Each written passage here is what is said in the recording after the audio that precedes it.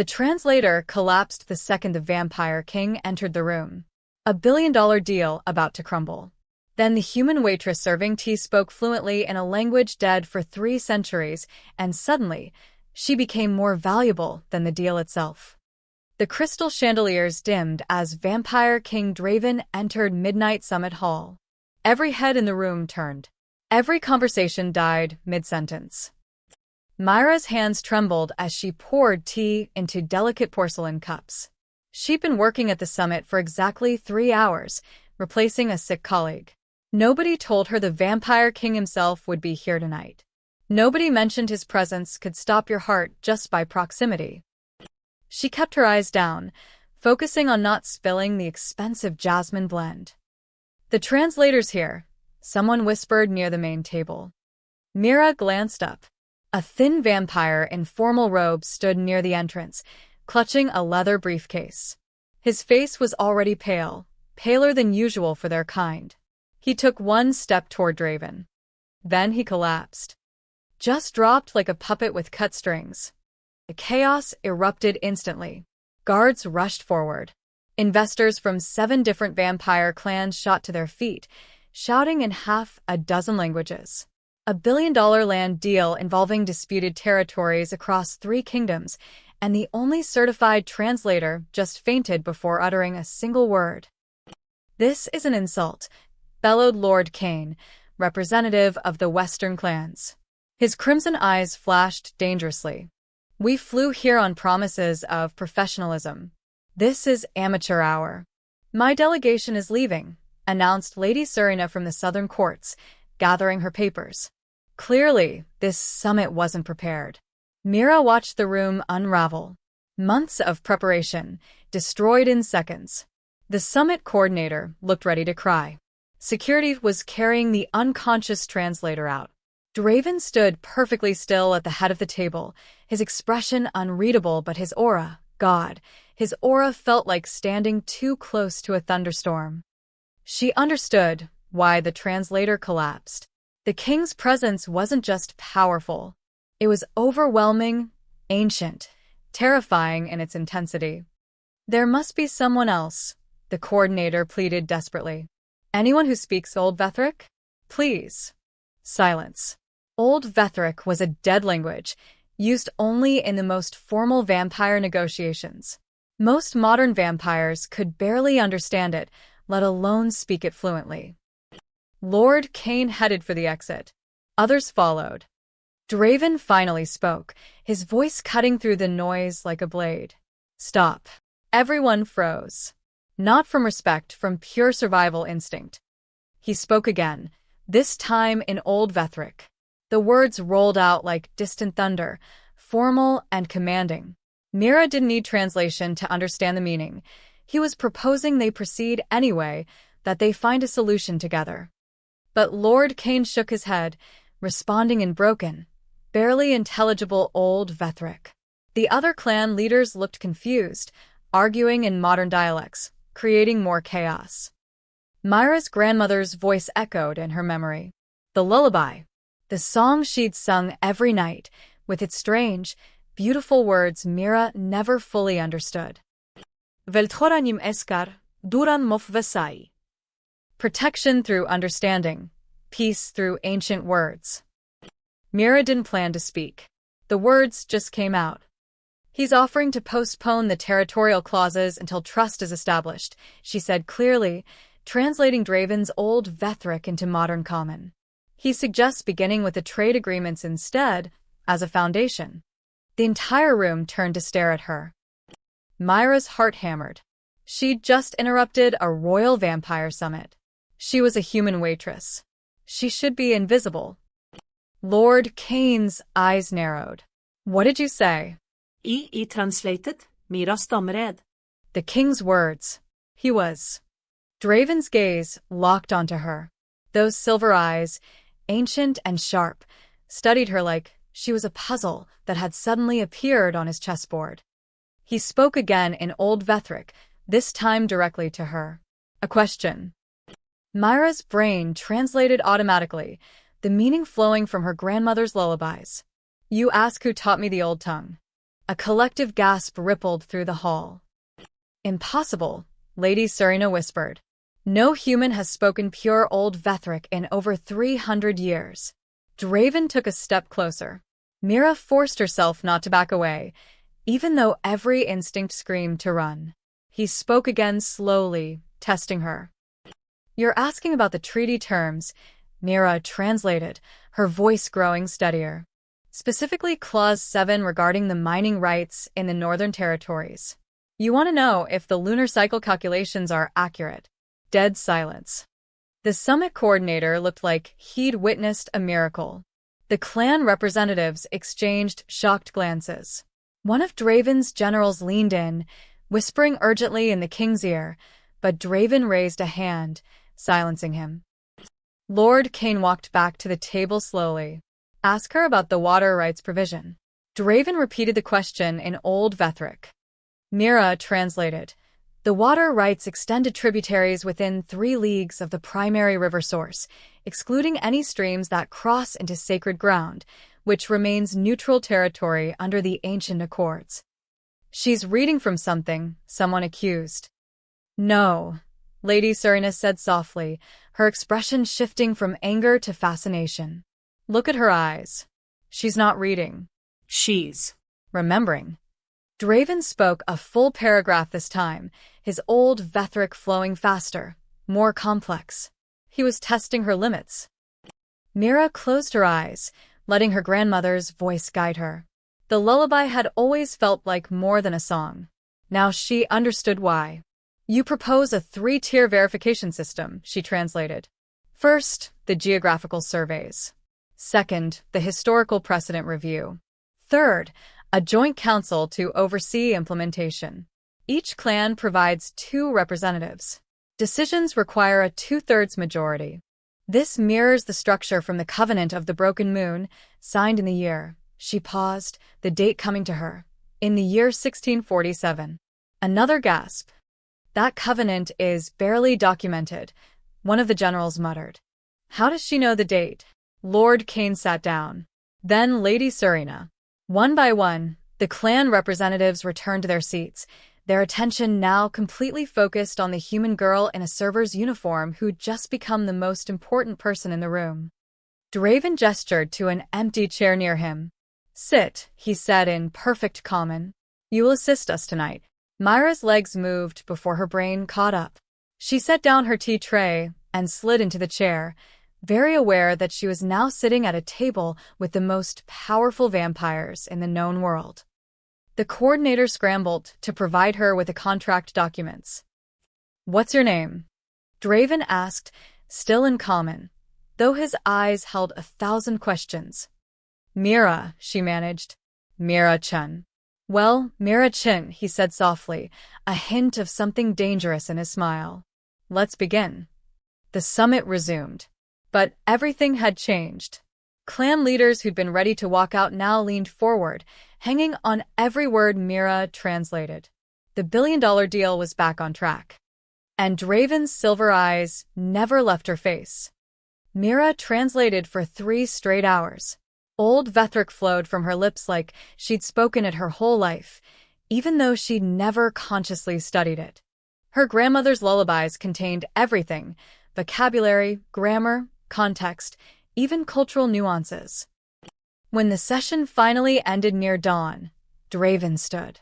We will reconvene tomorrow night. Same time. The clan leaders filed out, but Mira caught their whispered conversations. Spy. Planted asset. Security risk. Impossible talent. Draven's head of security approached her as she gathered her things. The king requests a private word. Now. Myra's hand shook again as she followed the guard down a marble hallway. She'd just saved a billion-dollar summit. But looking at the cold expressions of Draven's inner circle, she wondered if she'd also just signed her own death warrant. The royal hallway stretched endlessly before her, lit by floating orbs that cast everything in cold blue light. Myra's footsteps echoed too loudly against polished marble. The guard walking beside her said nothing, his hand resting casually on his sword hilt. They stopped at a door carved with ancient symbols. The guard knocked twice, then stepped aside. "Enter," Draven's voice called from within. Mira pushed open the door. The room was smaller than she expected, a private study, not a throne room.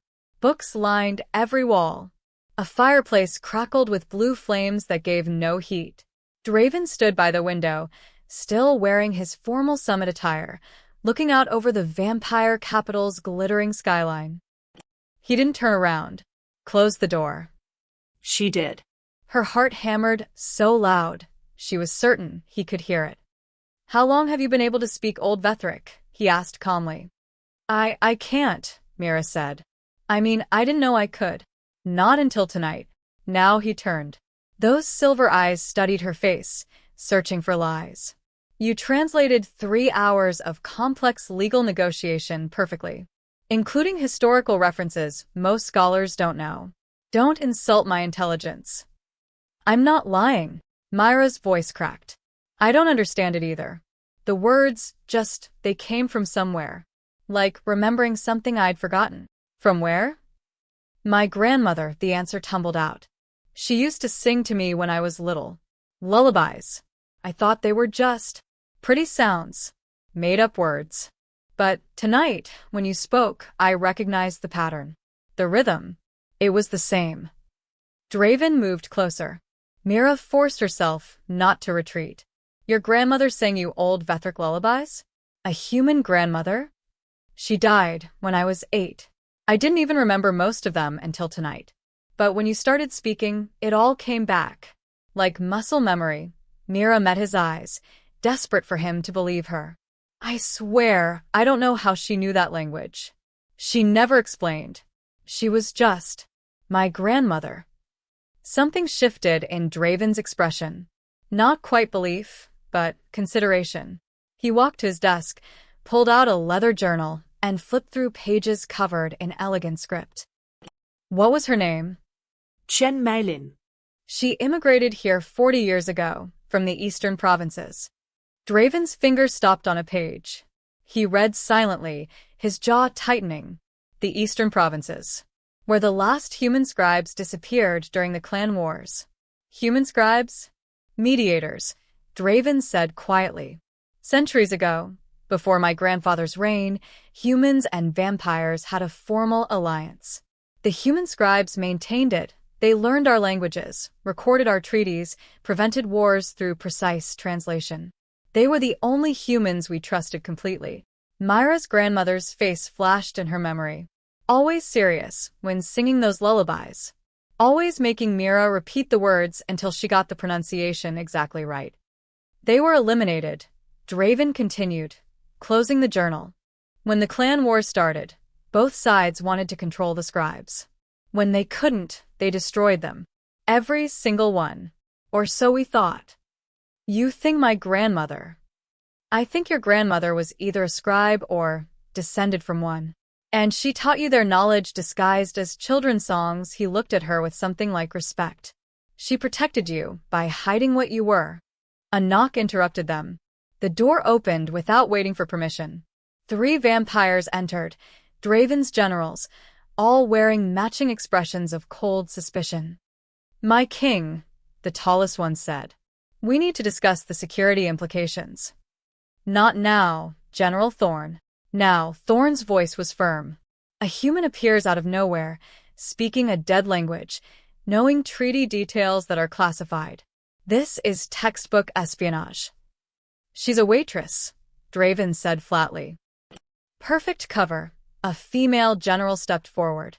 "The rival clans have been looking for leverage for months. They could have planted her." Myra's stomach dropped. "I've worked at the catering company for 2 years. I only got called to the summit because someone was sick. This wasn't planned." "Exactly what a spy would say," Thorn interrupted. "Enough." Draven's voice cracked like a whip. The generals fell silent immediately. "She saved tonight's summit. Without her, we'd have lost the entire negotiation." "Or," the female general said carefully, "that was the plan. Gain your trust first. Then extract information or sabotage the final treaty." Draven's expression darkened. "You're suggesting I can't identify a threat in my own presence?" "We're suggesting you might be." Distracted by curiosity, Thorn chose his words carefully. The girl is an anomaly. Anomalies are dangerous. She's also the only person who can read the original treaty documents accurately, Draven countered. Lord Kane already sent word.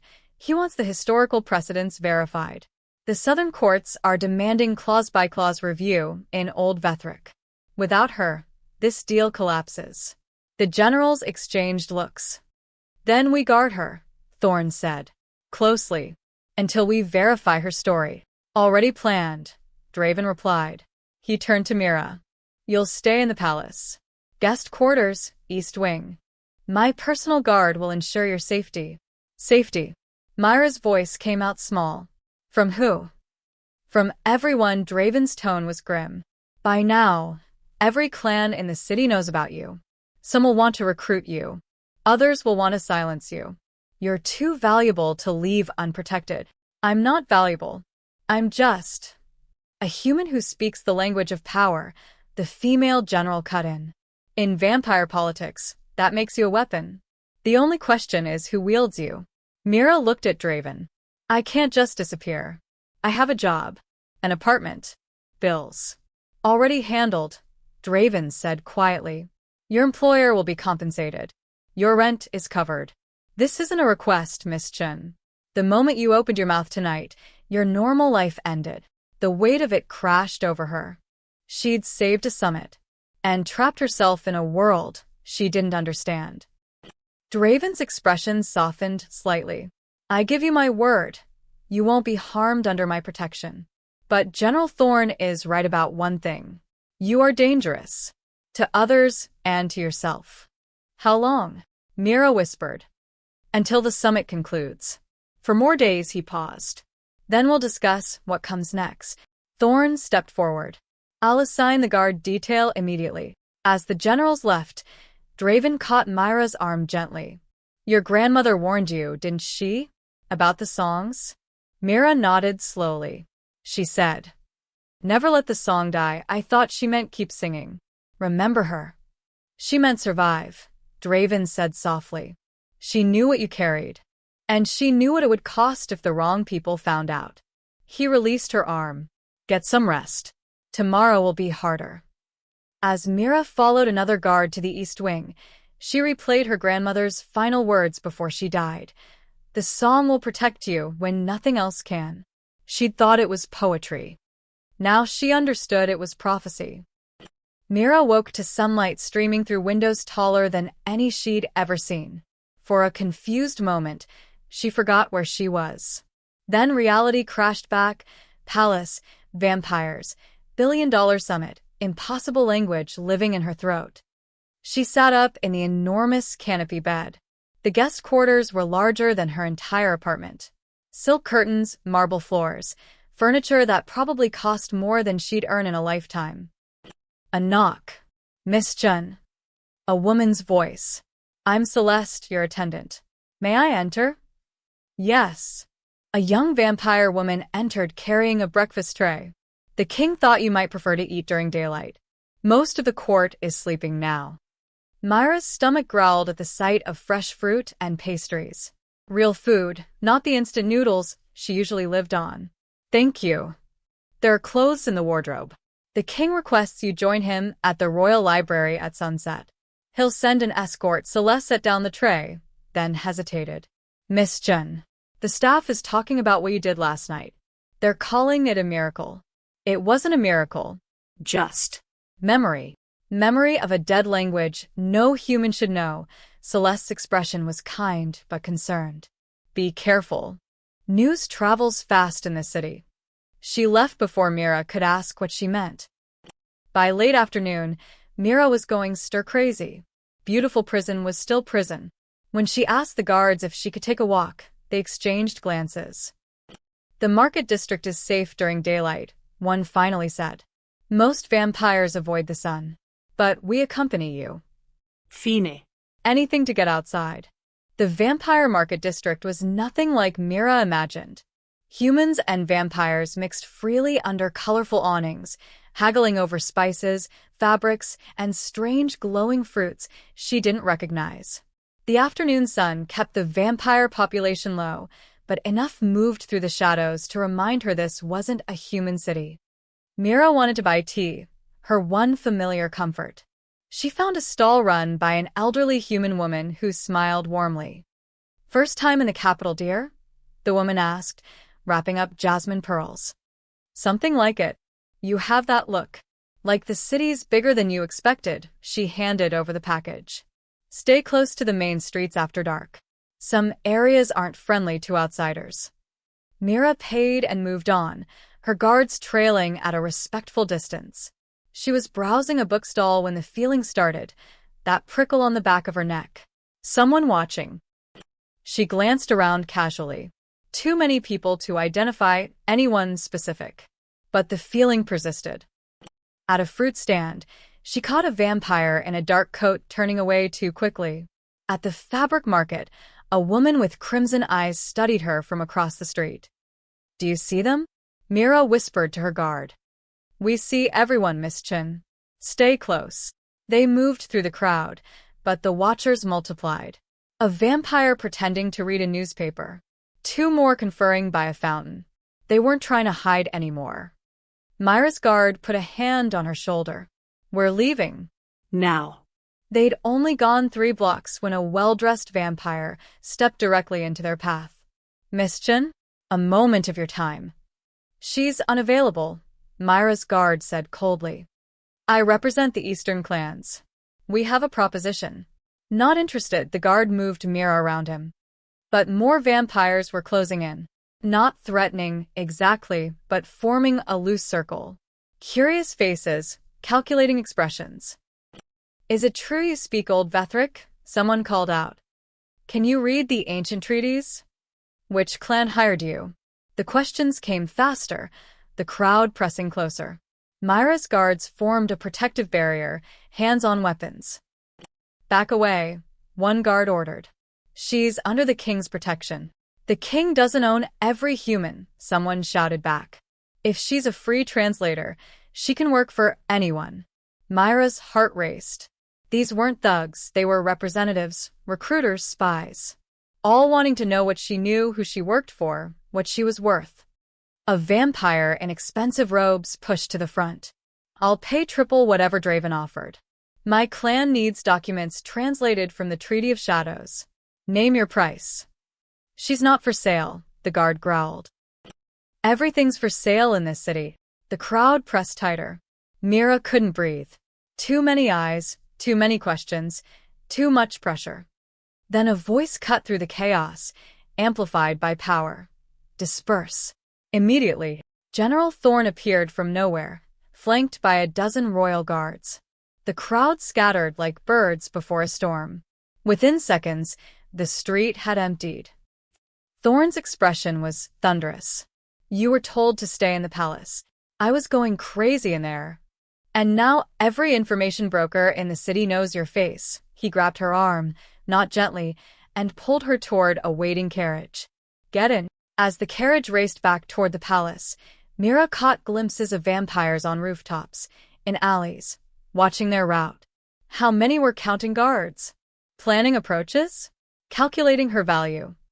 Back at the palace, Thorn marched her straight to Draven's study without knocking. Draven looked up from a desk covered in documents.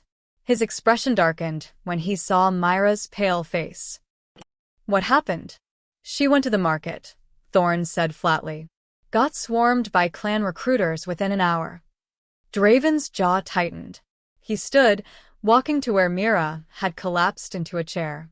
"How many clans?" "At least 5 that we identified. Could be more." "They offered me money," Mira said quietly. "Asked about treaties." "The Treaty of Shadows, whatever that is." Draven and Thorn exchanged dark looks. "That treaty was sealed 300 years ago," Draven said.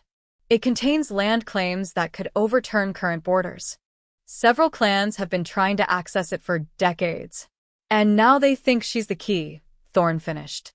Draven crouched to meet Myra's eyes. "The secondary summit meetings start tomorrow. The contracts we're finalizing, they reference dozens of ancient agreements. Treaties written in dialects that have evolved or been deliberately obscured over centuries. You need me to read them, Mira realized. Not just read. Interpret correctly. One mistranslation could cost billions or start a war, he stood. Which means every clan wants access to you. Some to use your talent, others to make sure no one else can.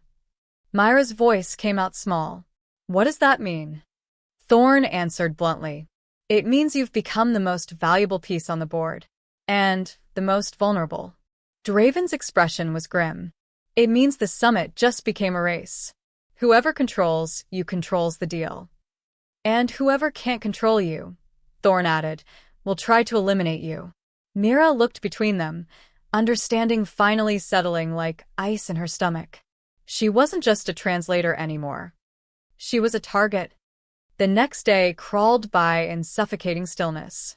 Mira spent hours in the library with Draven, reviewing contract clauses until the old Vethric swam behind her eyes. He was testing her, she realized, seeing how deep her knowledge went. It went deeper than either of them expected. This subsection, Draven said, pointing to a faded paragraph. What does Velthora Cassini mean in this context?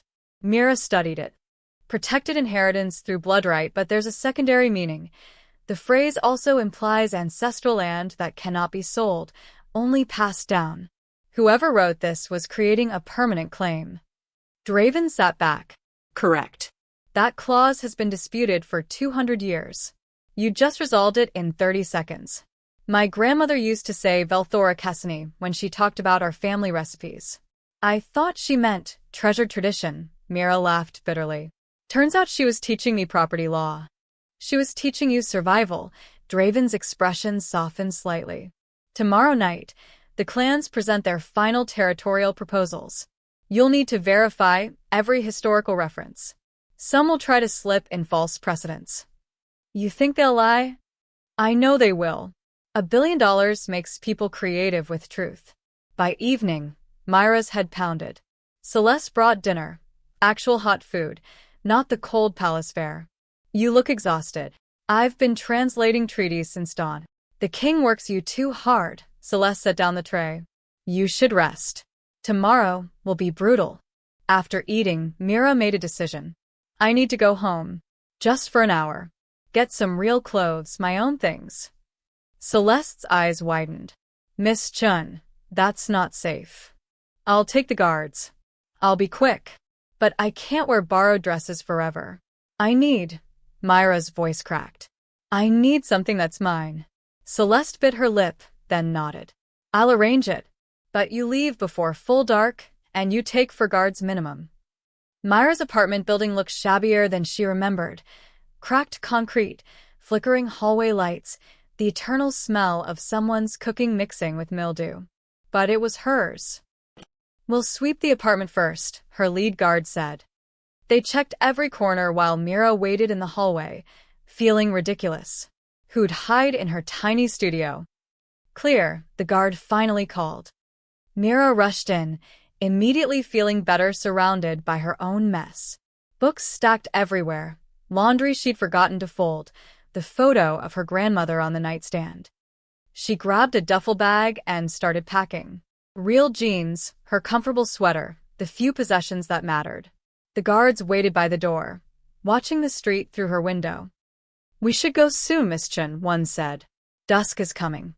5 more minutes. She was folding her grandmother's shawl, the one thing she'd kept from childhood, when she heard it.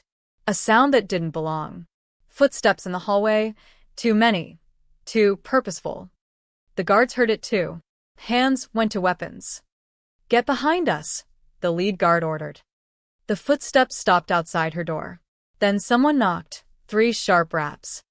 Miss Chun. A smooth male voice. We just want to talk. About employment opportunities. Myra's guards drew swords. She's not interested. Leave now. We're prepared to be very generous. Perhaps you'd like to discuss terms? Final warning. Depart or face the king's justice. Silence.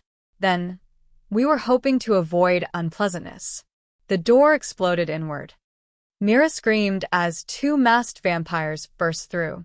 Her guards met them immediately, swords flashing, the sound of metal on metal deafening in the small space. Someone grabbed Myra's arm. She twisted away, swinging her duffel bag wildly. "Just come quietly," a voice hissed. "We don't want to hurt you." "Then stop grabbing me." Myra kicked hard, connecting with someone's knee. A guard went down, bleeding. Another fought two attackers simultaneously. This wasn't a conversation, it was a coordinated assault. Hands locked around Myra's waist, lifting her. She screamed again, clawing at masked faces. "Let go. For questioning only. Our clan leader wants answers." The window shattered. Draven came through like a hurricane, blue flames wreathing his hands, his face terrible with fury. The vampire, holding Myra, dropped her instantly. "The king," someone gasped. Draven moved too fast to track. One attacker hit the wall hard enough to crack plaster. Another flew backward, through the already broken door. The third tried to run, but Draven caught him by the throat, lifting him effortlessly. "Who sent you?" His voice was death itself. The Eastern. "We just wanted." Draven threw him aside. More royal guards poured into the apartment, securing the attackers. Thorn appeared, surveying the destruction with cold eyes. "For assailants, Eastern clan markings," Thorn reported. This was planned. Draven turned to Myra, still crumpled on the floor. His fury melted into something else. Concern, maybe, or calculation. He knelt beside her. "Are you hurt?" Myra shook her head, unable to speak. Her hands trembled violently. "Get her up," Draven ordered. "We're leaving." "My things." "Forget them." He pulled her to her feet himself, his grip gentle despite the violence, still crackling around him. "You're not safe here. You're not safe anywhere except the palace." They moved down the stairs in formation, guards surrounding them. Neighbors peeked through doors, then quickly shut them. A royal carriage waited on the street, black and imposing. Draven guided Myra inside, then climbed in after her. As the carriage lurched forward, she finally found her voice. "You came yourself." "Why?" "Because when Celeste told me you'd left the palace, I knew this would happen." His jaw was tight. "Every clan wants you now. The summit revealed what you are, a living key to treaties worth billions. I don't want to be a key. I want my normal life back." "Your normal life ended the moment you spoke Old Vethric." His tone wasn't cruel, just factual. "Now you're a political asset. The only question is whether you survive being 1 inch." The carriage raced through darkening streets. Myra saw vampires on corners, in cafes, on balconies, all watching the royal carriage pass. News would spread fast. The king personally rescued the human translator, brought her back to the palace himself. "This changes things," Thorn said from his horse beside the carriage. "A public display of protection this direct, it's unprecedented." "It's necessary," Draven shot back. "It makes a statement. That she's valuable enough for you to break protocol." Thorn's expression was grim. "Every clan will interpret that as weakness or favoritism. Either way, it escalates tensions." Myra's stomach sank. "I'm making things worse." "No," Draven said quietly. "They made things worse by attacking you. I'm simply making my position clear." When they reached the palace, servants rushed to open doors. Myra climbed out on shaking legs, very aware of every eye watching. Whispers spread through the assembled court like wildfire. The king brought her back himself. The king defended a human personally. The king broke tradition. Draven walked beside her through the grand entrance, his hand resting lightly on her back, a possessive gesture no one could miss. "She stays in the East Wing," he announced to the room at large. "Under my direct protection. Anyone who approaches her without my permission answers to me personally." Silent stares. Some fearful, some calculating, some resentful. Draven turned to Myra.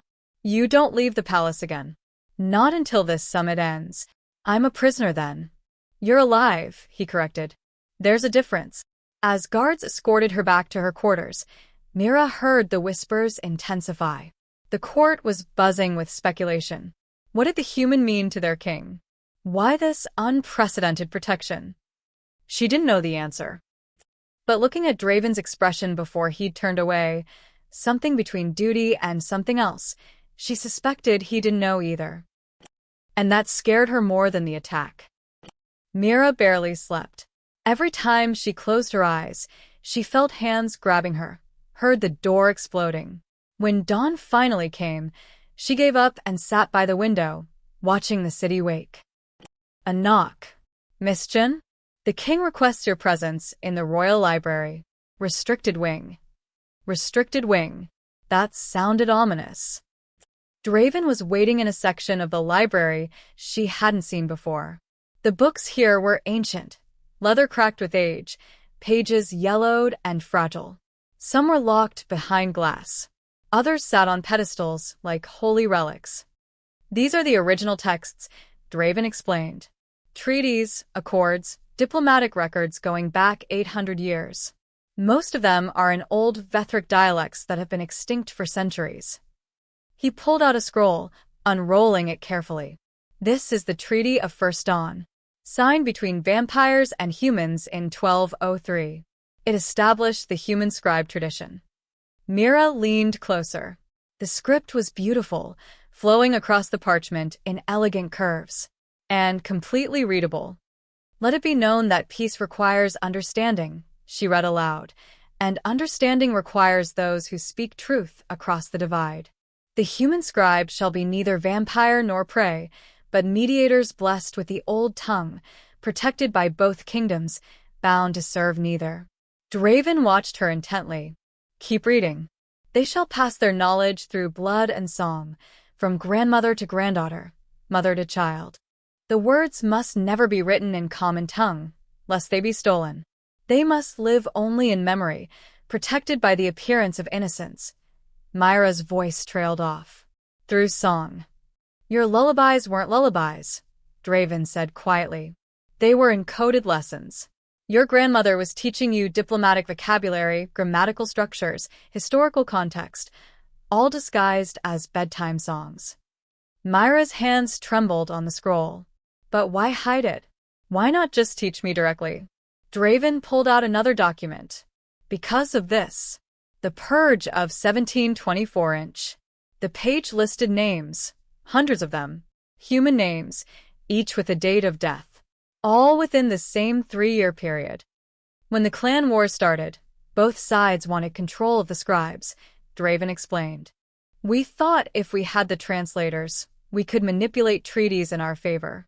But the scribes refused to serve any single clan. They maintained neutrality. So you killed them? Not me. My great-grandfather's enemies. They decided if they couldn't control the scribes, no one would have them. His expression was grim. They hunted them systematically. Families, children, anyone with the bloodline. By 1727, we believed they were extinct. Mira thought of her grandmother, always moving, never staying in one place long. The way she'd taught Mira the songs in secret, never in public. She was hiding. She survived somehow. And she made sure her knowledge survived through you. Draven gestured to the shelves. These texts reference dozens of treaties that have been disputed for centuries. Property claims, territorial boundaries, trade agreements, all written in dialects only the scribes could interpret accurately. Without them, we've been arguing over educated guesses. Until now. Until you, he pulled another scroll. Look at this. The Covenant of Shadows, the treaty those vampires in the market mentioned. Mira scanned it. The language was more complex, layered with double meanings. The Eastern Territories shall remain under joint stewardship, administered by the Council of Five, with disputes resolved through the old ways. The old ways, Draven said. Every clan interprets that differently. Some say it means vampire law. Others claim it references human customs. 2 border wars have been fought over that phrase. But it's obvious, Mira said.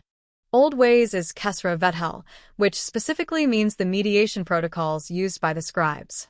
It's calling for neutral arbitration, not vampire or human dominance. Draven stared at her. Are you certain? My grandmother used to say Kesra vet hell when she talked about solving arguments fairly.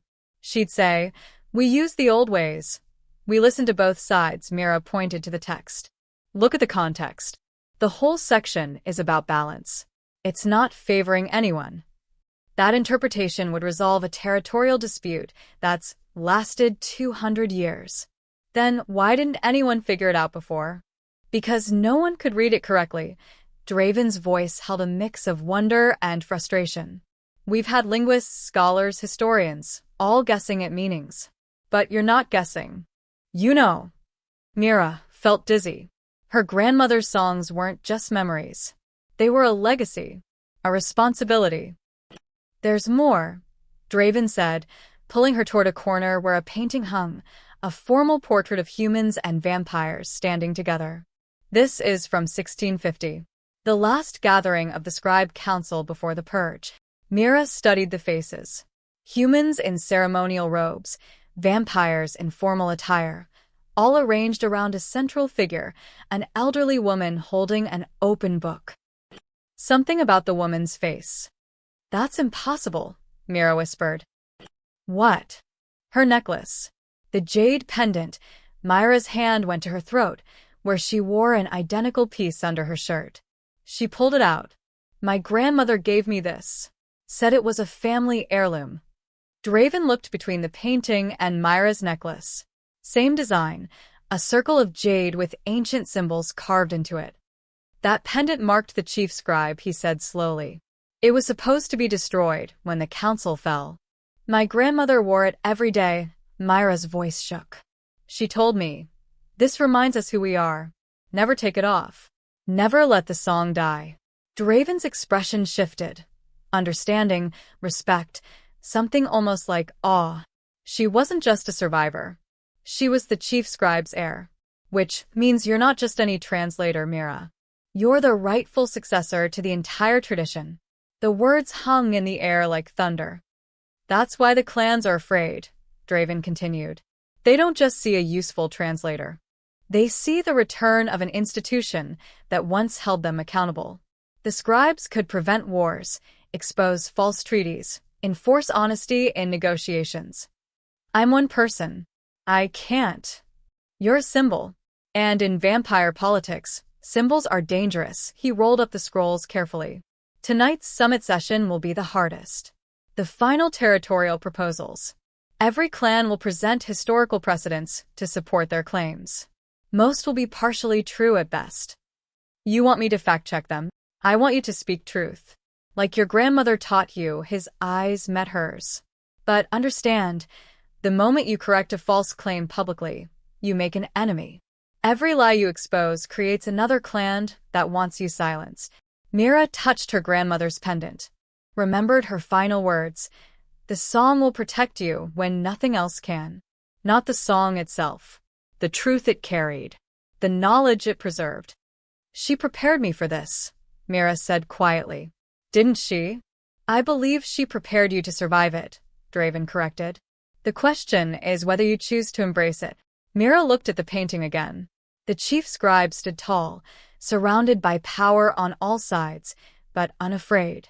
Her grandmother had the same expression in old photos, quiet strength, unshakable purpose. I don't have a choice, do I? I can't unhear the songs. Can't unknow the language.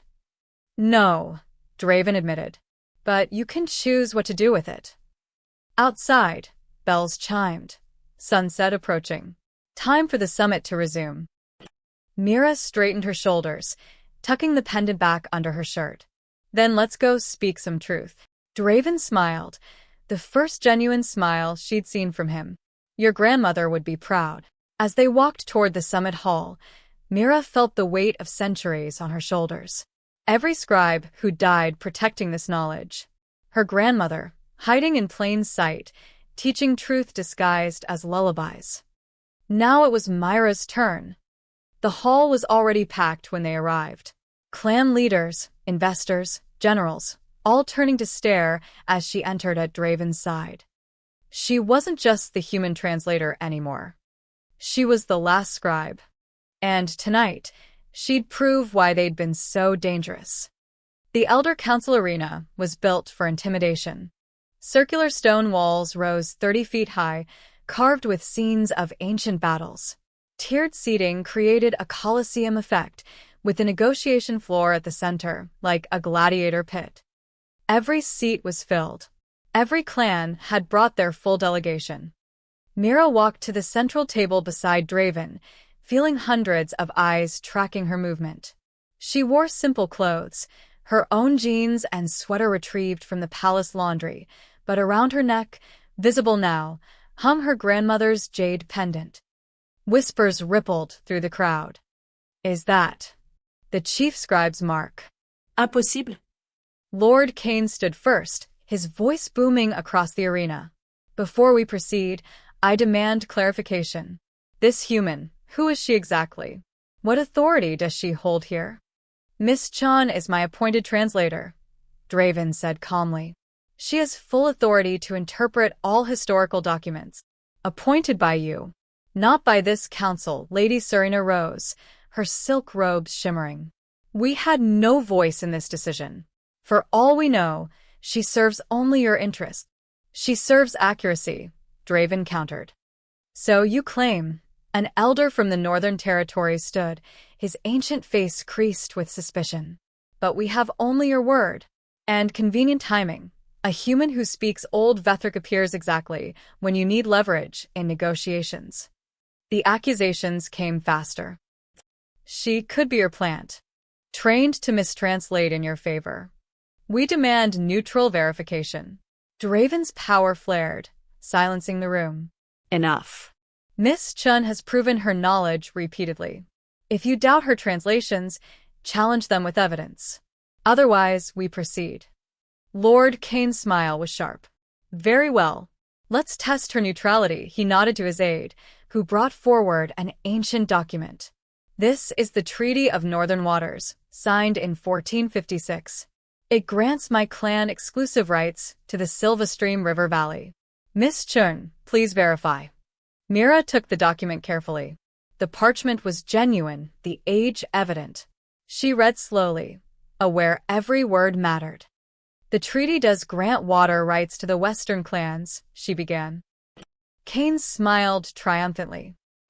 However, Mira continued, the grant is conditional. It states, so long as the sacred grounds remain undefiled. There's a secondary clause, she pointed to faded text, that defines defilement as any permanent structure within 300 paces of the Shrine of First Moon. Kane's smile vanished. That shrine was destroyed centuries ago, but its location was recorded. Mira pulled out a reference scroll Draven had given her. According to the Survey of Sacred Sites from 1502, the shrine stood exactly where your clan built a mining facility 15 years ago. Gasps echoed through the arena. This is absurd. Kane's voice rose. That shrine is ancient history. The treaty says nothing about the shrine existing. Mira interrupted, her voice steady. Only about its location remaining undefiled. By building there, your clan violated the conditional terms. Technically, you forfeited water rights in 1810. Silence crashed over the arena like a wave. Lady Serena stood slowly, her expression shifting from hostile to calculating. The girl is correct. I've seen the survey. If the Western clans lost their treaty rights 200 years ago, the River Valley reverts to neutral territory. This is manipulation. Kane roared. You're using her to steal our land.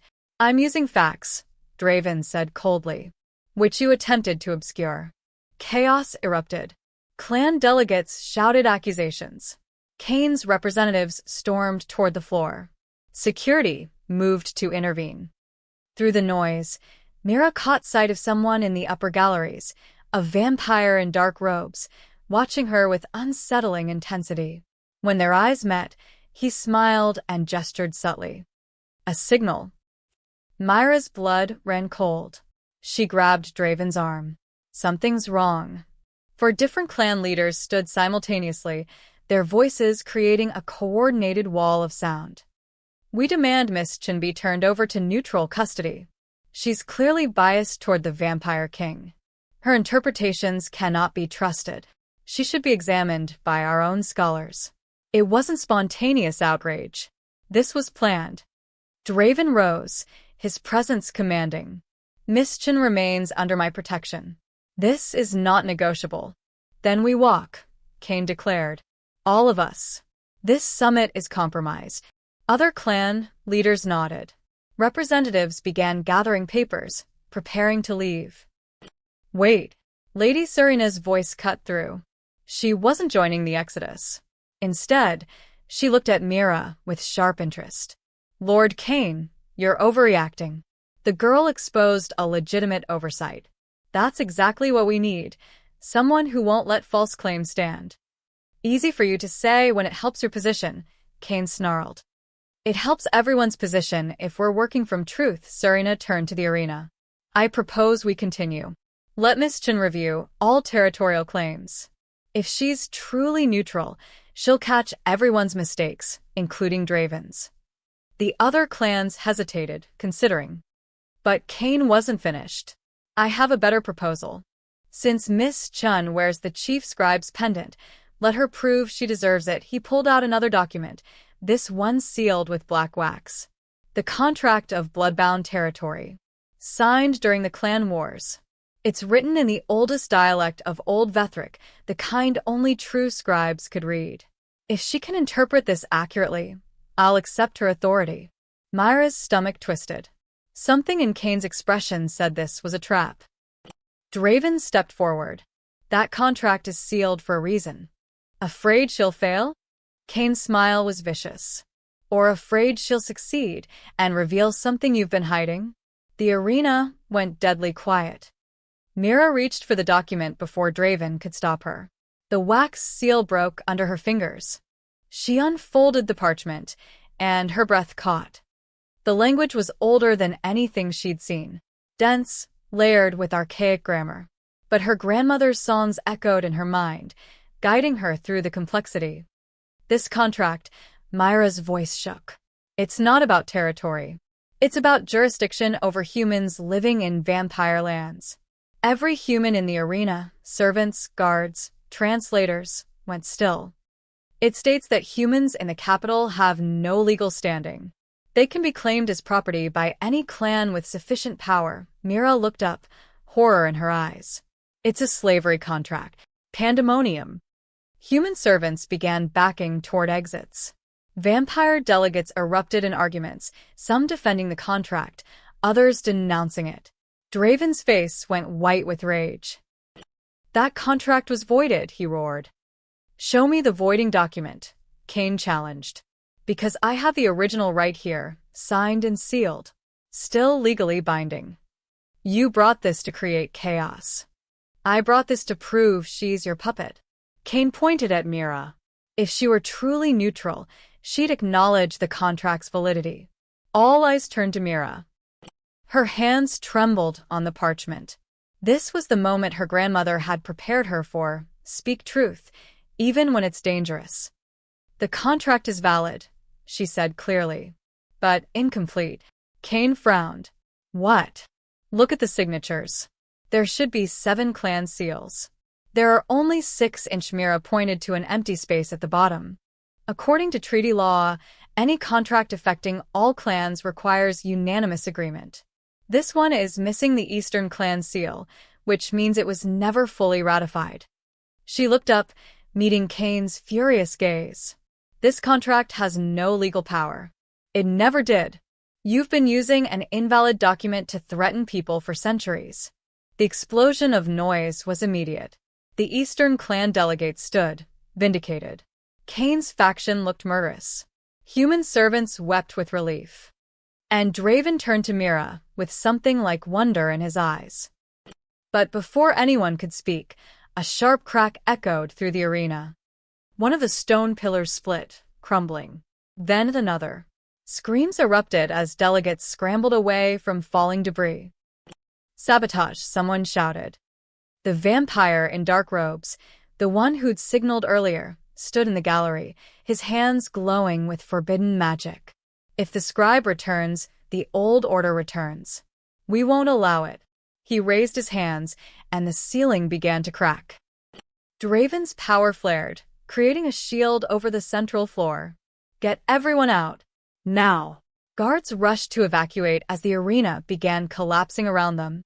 In the chaos, Mira saw multiple clan agents moving toward her, not helping, hunting. They wanted her dead before she could expose any more truths. Draven grabbed her hand. "Stay close." But as the arena crumbled and centuries of hidden lies came crashing down with it, Mira realized something terrifying. She just made enemies of everyone who profited from deception. And in vampire politics, that was almost everyone. Dust choked the air as the arena collapsed. Draven's shield held, but barely. Cracks spiderwebbed across the magical barrier as tons of stone crashed down around them. Through the chaos, Mira saw the dark-robed vampire escape into the shadows, his mission accomplished. The summit was destroyed. Literally. "Everyone to the palace," Draven commanded. "Guards, secure the delegates." They evacuated through underground tunnels, emerging in the palace's fortified negotiation chamber an hour later. Clan leaders arrived covered in dust, their formal attire ruined, their expressions murderous. "This is an outrage." Kane slammed his fist on the table. "We were attacked during official proceedings." "We were all attacked," Lady Serena corrected, brushing debris from her hair. "The question is by whom?" "Someone who didn't want the truth exposed," Draven said grimly. He looked at Mira. "Someone who knew what you'd find in those contracts." The Northern Elder coughed dust from his lungs. "This is exactly why the summit should be dissolved. Too many secrets, too much at stake. We should abandon the deal." "No," everyone turned to stare at Mira. She stood, legs still shaking from the attack, but her voice was firm. "That's what they want. Whoever attacked us wants this deal to fail." "Obvious conclusion," Kane muttered. "But why?" Mira pressed. "$1 billion land deal benefits everyone here. New territories, clear boundaries, trade agreements." Unless she grabbed the contract documents salvaged from the arena. Unless someone already has a claim they don't want challenged. Draven understood first. "The primary contracts. You think there's something hidden in them?" "I think we've been so focused on historical precedents, we haven't examined the current proposal closely enough." Mira spread the papers across the table. "These were drafted by," she checked the signature, "Elder Cassius of the Central Council." "Where is he?" Silence. Clan leaders exchanged glances. "He left before the attack," Lady Serena said slowly. "Said he felt unwell." "Convenient." Thorn growled from his position by the door. Mira scanned the contract's main clauses, her grandmother's training kicking in. The modern language was straightforward, but underneath. Here. Subsection 12, paragraph 4. It's written in hybrid language, modern common mixed with old Vethric phrases. "That's standard for formal contracts," Kane said impatiently. "No, it's camouflage." Mira's finger traced the text. "Look at this phrase. Territories undefined by current surveys shall default to historical protectorate status." Seems reasonable, right? But protectorate status is Velkarnishal in Old Vethric, which doesn't mean protection. It means held in trust for the original clan. Draven leaned closer. "Which original clan?" Mira checked the reference notes hidden in the margins, barely visible, written in archaic script. "The Central Council. Any disputed land would automatically go to Elder Cassius's authority." The room exploded. "That's theft," the Northern Elder roared. "He was going to steal billions in property." Lady Serena's eyes blazed. "While we argued over ancient treaties," Draven said coldly, "Cassius was embedding modern theft into the contract. Hidden in plain sight, using language only a scribe could catch." Kane slumped in his chair. "If we'd signed this, you'd have handed him control of half the contested territories," Mira finished. "And by the time you realized, it would be legally binding." Thorn spoke from the doorway. "I'm dispatching guards to find Cassius now. He'll have fled the city," Lady Serena predicted. "This was planned. The attack, the chaos. It was meant to rush us into signing before anyone noticed." "But we did notice," Draven said, looking at Mira. Thanks to the one person he couldn't account for. Myra's hands still shook as she held the contract. There's more. If I'm reading this correctly, there are 2 other embedded clauses using the same trick. One affecting water rights, another regarding mineral deposits. She worked through the night. The clan leaders gathered around her like students, watching her decode 3 centuries of linguistic manipulation. Every clause Mira exposed revealed another layer of Cassius's scheme, a brilliant, patient plan to consolidate power while appearing to facilitate peace. By dawn, they had the full picture. 19 clauses, Mira reported, exhausted. All designed to funnel wealth and land to the Central Council over the next decade. He would have become the most powerful vampire in the region without fighting a single battle. Lord Kane looked genuinely shaken. I pride myself on reading contracts carefully. I saw nothing. Because he used language you thought you understood, Mira explained. Modern Common sounds clear, but when mixed with Old Vethric, it creates double meanings. Only someone fluent in both, someone trained as a scribe, would catch it. Someone like you, Lady Serena said quietly. This is why the scribes were eliminated, isn't it? They made this kind of deception impossible. Draven nodded slowly. The clan wars weren't just about territory. They were about removing the one group who could enforce honest dealing. The Northern Elder studied Mira with new respect. Can you fix this? Write a clean contract. I can verify one, Mira said carefully. But I can't write policy. That's your job. I just make sure the words mean what you think they mean. Then we rewrite, Draven declared. From scratch. Every clause clear, every term defined, no hybrid language. Pure common for modern agreements, pure Old Vethric only for historical references, with Miss Chun translating every word. Agreed, Lady Serena said immediately. One by one, the other clans nodded. Even Kane, though he looked like it pained him. But first, Thorn announced, entering with guards dragging a struggling vampire. We deal with a traitor. Elder Cassius looked smaller in chains, his distinguished facade crumbling. You have no proof.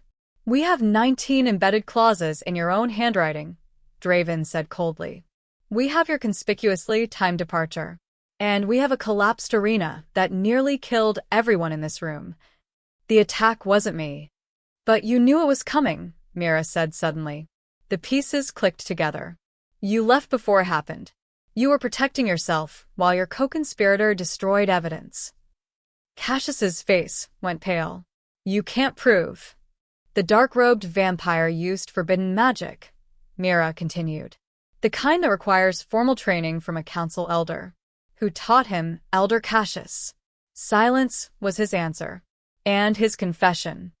Take him to the holding cells, Draven ordered. He'll face formal charges once this summit concludes. As guards dragged Cassius away, the remaining delegates sat in stunned silence. Finally, Kane spoke. So what now? We've lost our arena, our original contracts, and half our trust in each other. Now, Draven said, we do what we should have done from the beginning. We negotiate honestly. With someone here who can't let us lie, he looked at Mira. If you're willing. Every eye turned to her. The exhausted human waitress who'd somehow become the fulcrum of vampire politics.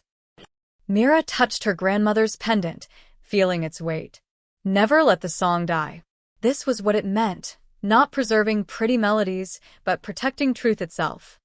I'll verify every word, she said. But I need something in return. Draven raised an eyebrow. Name it. No more secrets. No more hidden clauses. If you want a scribe's help, you accept a scribe's terms, complete transparency, or I walk. Bold words for someone surrounded by vampires who could kill her in seconds. But Kane laughed, a genuine, surprised sound. Your grandmother taught you well, girl. Very well. We accept. The others murmured agreement. Lady Serena smiled. Then let's begin. We have $1 billion deal to save.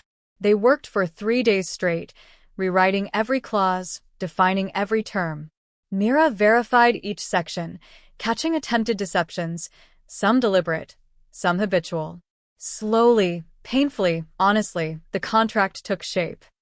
When they finally finished, Draven read the complete document aloud while Mira confirmed the old Vethric passages. No tricks. No traps.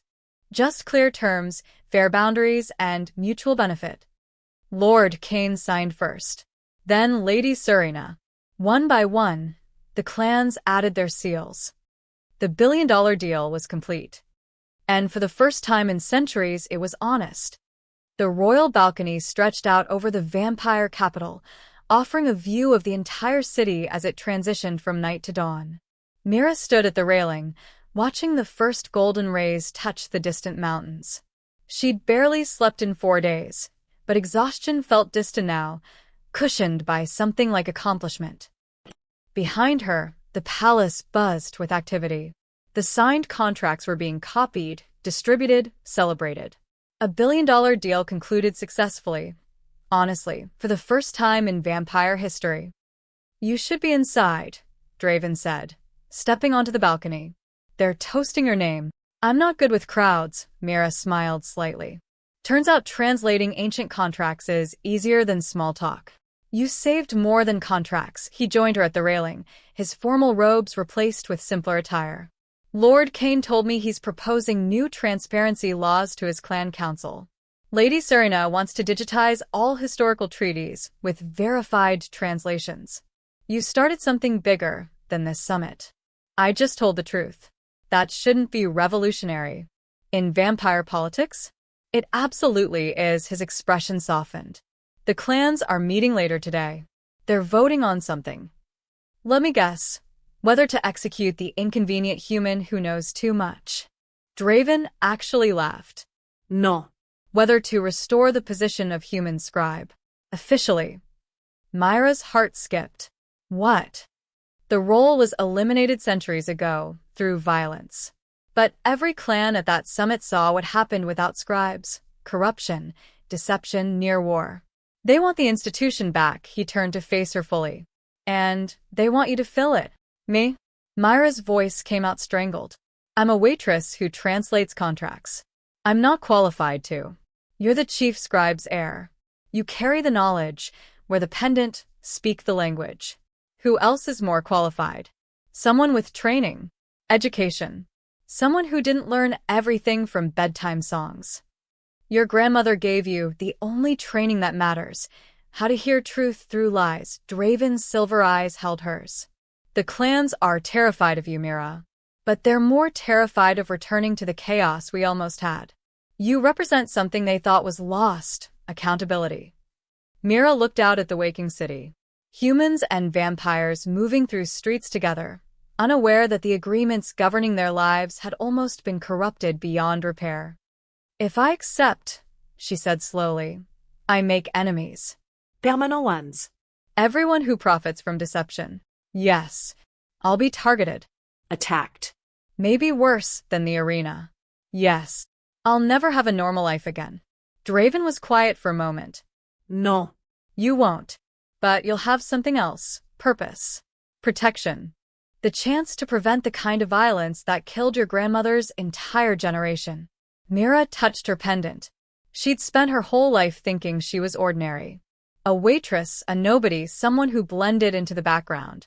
Now she stood on a royal balcony, being offered a position that had been extinct for 300 years.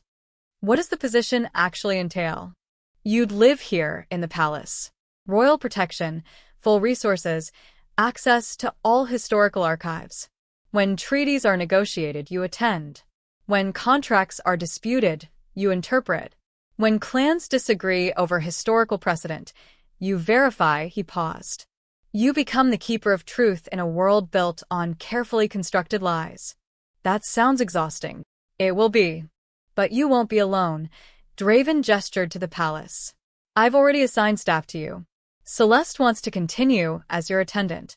Thorn is coordinating security. He respects you now, though he'd never admit it. And the clans have agreed to provide funding for a proper scribe's office. An office, Mira laughed despite herself. 4 days ago, I was serving tea. Now I get an office. You get a legacy. Draven's voice turned serious. Your grandmother spent her life hiding, protecting knowledge in secret. You have the chance to bring it into the light, to rebuild what was destroyed, to make sure the scribes' sacrifice wasn't for nothing. Below them, the sun rose higher. Light spilled across the capital, illuminating the intricate architecture, vampire and human design mixed together, centuries of cooperation embedded in stone. She knew, Mira said quietly. Didn't she? My grandmother knew I'd end up here somehow. That's why she taught me everything. She prepared you to survive. What you do with that survival is your choice. Mira thought of her grandmother's final words. The song will protect you when nothing else can.